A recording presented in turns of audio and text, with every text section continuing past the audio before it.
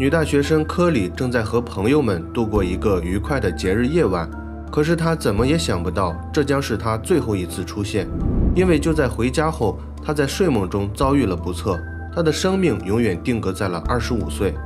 案发后，警方虽然掌握了很多线索，但是案件的进展却并不顺利。他们在调查中遇到了重重阻碍，有人撒谎，有人拒不配合，这给破案制造了很多麻烦。最终在案发的2年后，警方通过各种努力，终于在千里之外抓捕到了罪魁祸首。那么究竟发生了什么？接下来让我们走进这起案件。大家好，我是大熊。今天分享的案例发生在美国佛罗里达州杰克逊威尔。案件主人公科里出生在1973年8月15日，案发时25岁。科里在纽约罗切斯特长大，高中毕业后，他来到了杰克逊威尔读大学。在朋友们的眼里，科里是一个友善独立的女孩，她喜欢热闹，也喜欢交朋友，在她的脸上总是挂着迷人的微笑。开朗乐观的性格使她在大学里认识了很多新的朋友，同时她也是一个非常勤奋的人。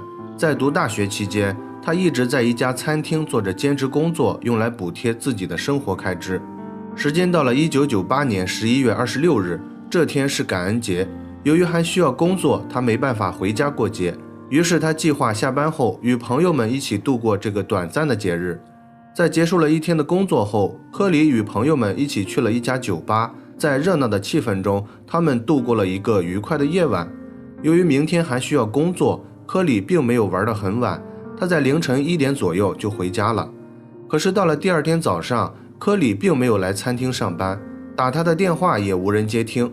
餐厅的经理得知后感觉有些反常，因为他在这里工作很久了，从来没有出现过这种情况。于是经理便安排了一名员工去科里的公寓看看他是否在家。当他的同事赶到时，发现公寓的门是上锁的状态，敲门也没有回应。一扇打开的卧室窗户引起了他的注意，透过窗户他发现了一条血淋淋的大腿。同事吓坏了，他赶忙拨打了报警电话。接到报警后，警方也很快赶了过来。进入房间后，警方在床上发现了科里冰冷的尸体。此时的他全身赤裸，浑身是血，手掌和手臂有很多防御性的伤口，他的双腿还被摆出张开的姿势。警方在勘察现场时发现，科里公寓的大门是完好的，并没有被破坏，因此警方怀疑凶手应该是从卧室的窗户里爬进来的。随后警方对窗户进行了仔细的检查，果然在窗户的里外两侧分别发现了一些血迹。在科里的床上，警方还发现了一个打火机和几根完整的头发，从头发的长度判断，这应该是凶手遗留下来的。科里的衣服被整齐地摆放在床边，这说明科里在睡梦中遭到了袭击。案发现场具有强烈的性暗示，因此警方推测科里是在没有防备的情况下遭人侵犯，他在挣扎中被残忍地杀害。事后经过法医鉴定，科里被刺了101次，其中50多次是致命伤。尸检报告说明他在死亡前并没有过性行为，这与警方的推测有些出处，但是这也不能排除凶手通过其他的手段完成这一行为的可能。在案发现场发现的打火机上没有指纹，但是在血迹和头发上，法医获得了 DNA 样本，经过对比，头发和血迹属于同一人。可惜 DNA 在数据库里筛选后，并没有发现相匹配的人员。现在警方有了凶手的作案动机和 DNA 样本，只需要找到符合这一特征的嫌疑人，就能很快解决这起案件。但是实际的侦破过程并没有警方想象的那样简单。警方首先了解了科里在案发前的活动轨迹，经过调查后得知，科里最后一次出现是在案发前一晚，也就是11月26日的晚上，他与朋友们一起去了酒吧过节。随后警方找到了当晚一起去酒吧的这些朋友，这些人在接受警方的询问时都表示自己在12点之前就回家了，只有一名叫蒂芙尼的女孩跟科迪没有离开。他们还表示，蒂芙尼在私底下曾经说起过科迪的事情，她仿佛知道很多细节。另外，蒂芙尼在某种方面还表现出了对科迪的爱慕，他们的关系可能不仅仅是朋友那么简单。得到这条线索后，警方马上找到了蒂芙尼，他告诉警方，他们在凌晨1点左右同时离开了酒吧。但是在出门后就各自回家了。他说在回家后，他还与科里通了电话报平安。当时科里说他已经到家了，现在准备睡觉。互道晚安后，他们就挂断了电话。除此之外，他就没有其他的消息了。警方对蒂芙尼的话产生了怀疑，因为他在私底下描述了很多案发现场的细节，但是面对警方的询问，他却有所保留。于是警方怀疑蒂芙尼可能存在作案动机。随后警方调取了科里的通话记录，最终发现蒂芙尼说谎了。科里的手机在晚上11点30分以后就没有了通话记录。现在警方怀疑蒂芙尼有重大作案嫌疑，于是警方又找到了他。当警方想要他提供 DNA 做分析时，他拒绝了。这时的蒂芙尼已经找了律师，拒绝配合警方提出的任何要求。尽管蒂芙尼不承认自己与这起案件有关，但是他隐瞒真相和不配合的行为更加加深了警方对他的怀疑。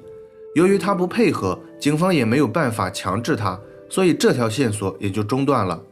不过后续警方通过分析凶手的 DNA 信息得出，这是一名男性， DNA 包含 X 和 Y 两条染色体，这就间接排除了蒂芙尼作案的可能。至于他为什么不配合警方的调查，这其中的原因警方并不了解。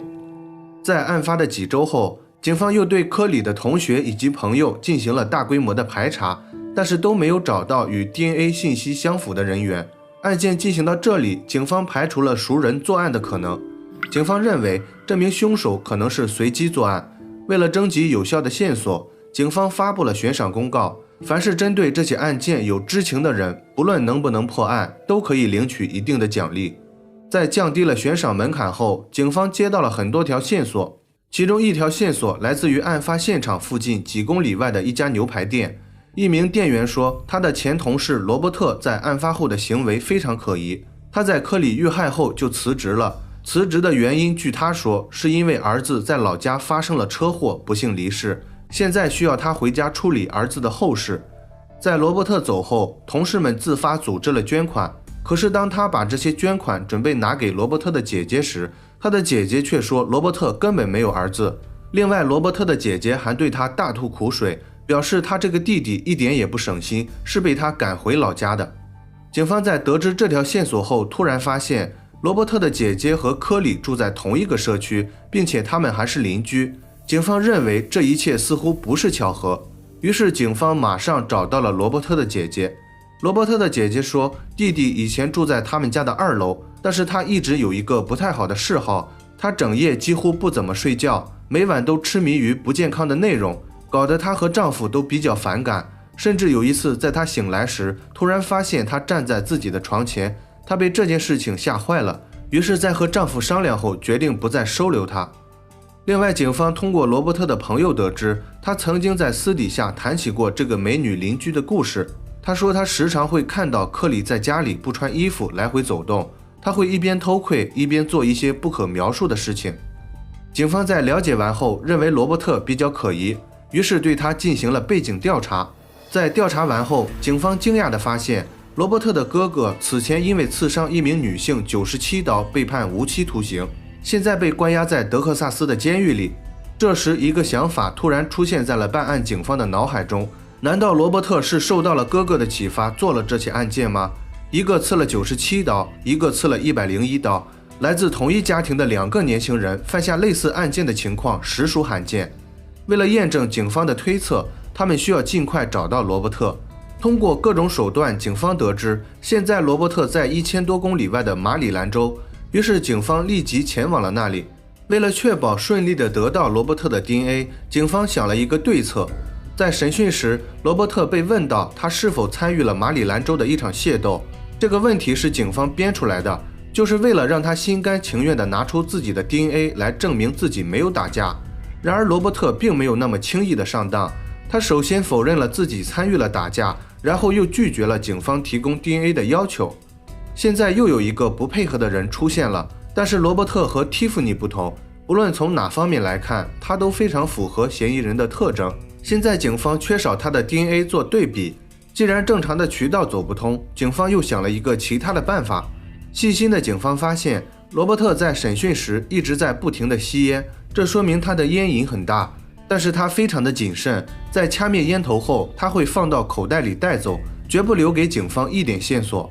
警方认为这可能是一个突破口，罗伯特在审讯时不留下烟头，可能怕留下证据，但是说不定在日常的生活中就没有那么谨慎了。于是警方对罗伯特进行了24小时不间断的秘密跟踪。当时的罗伯特在当地的一家电脑店做销售工作，通过长时间的观察，警方掌握了罗伯特的活动规律，他大概半个小时左右就会出来吸烟。但是即便是在外面，他依然很警惕，烟头最后都会被他装进口袋里带走。这时的警方感觉有些沮丧了，罗伯特比他们想象的更加狡猾。由于没有更好的办法，警方只能继续进行着长时间的监控，试图找到罗伯特的破绽。经过警方不间断的努力，罗伯特终于露出了马脚。2天后，罗伯特按照往常的时间又出现在了门口。这次他看起来似乎有些心事，他一边来回踱步，一边吸着烟。但是与以往不同，他这次在临走时朝地上吐了几次口水，这下躲在一旁的警方乐坏了。由于是刚下过雨的天气，地上还有些雨水，而这些雨水正好能很好的隔离地上的污染物，于是警方顺利地采集了罗伯特的口水。警方一刻也不敢耽搁，他们马上拿着采集到的口水做了分析。经过对比，罗伯特的 DNA 与案发现场遗留的 DNA 完全一致。另外，警方还找到了罗伯特的前女友，他的前女友证实，在案发现场发现的那个打火机正是他送给罗伯特的礼物，他非常清晰地记得打火机上面的标志。在掌握了这些线索后，警方对这起案件进行了梳理。由于罗伯特和科里是邻居，两家挨得比较近，他在2楼的卧室可以很清楚地看到科里家里的情况，于是他便养成了经常偷窥的习惯。时间一长，他感觉这样不够刺激，于是他在案发的当晚看到科迪出门后带着手套和刀子潜入了科里的家。当科里回家时，他躲在衣橱或者其他的地方，暗中观察着科里的一举一动。等科里睡着后，他便准备图谋不轨，但是没想到遭到了科里强烈的反抗。在扭打中，罗伯特口袋里的打火机掉在了床上，迟迟无法制服科里，使他恼羞成怒。他一气之下连续刺了科里100多刀。在这过程中，他不小心割伤了自己的手掌，所以在逃跑时，他在窗户上留下了自己的血迹。现在的警方已经掌握了完整的证据链。2000年11月28日，警方正式抓捕了罗伯特。罗伯特始终不承认自己杀害了科里，但是以目前警方掌握的证据，已经不需要再听他狡辩了。这起案件也顺利地进入了审判流程。2005年5月9日，在经过45分钟的审议后，陪审团很快就做出了裁定。罗伯特因1级谋杀罪被判终身监禁，并且不得假释。年轻的科里人生才刚刚起步，他本应该有着美好的未来，只因为罗伯特的一时之快，他就被无情地剥夺了生命。即便他受到了应有的惩罚，但是相对于受害者来说，他的惩罚显得那么的微不足道。在这起案例中，罗伯特和他的哥哥都是因为性走上了犯罪的道路。由于他自始至终不交代作案动机，我们也无法得知他是不是受到了哥哥的影响。但是从作案手段猜测，他大概率是受到了哥哥的启发。从某些方面来看，他们兄弟2人可能在相互竞争。在一个家庭里连续出现了2个恶魔，不知道他们的父母作何感想？欢迎大家发表自己的看法。好了，本期案件分享到这里也就结束了。如果你喜欢我的节目，请帮我点赞加关注，非常感谢大家的支持。我是大熊，咱们下期节目见。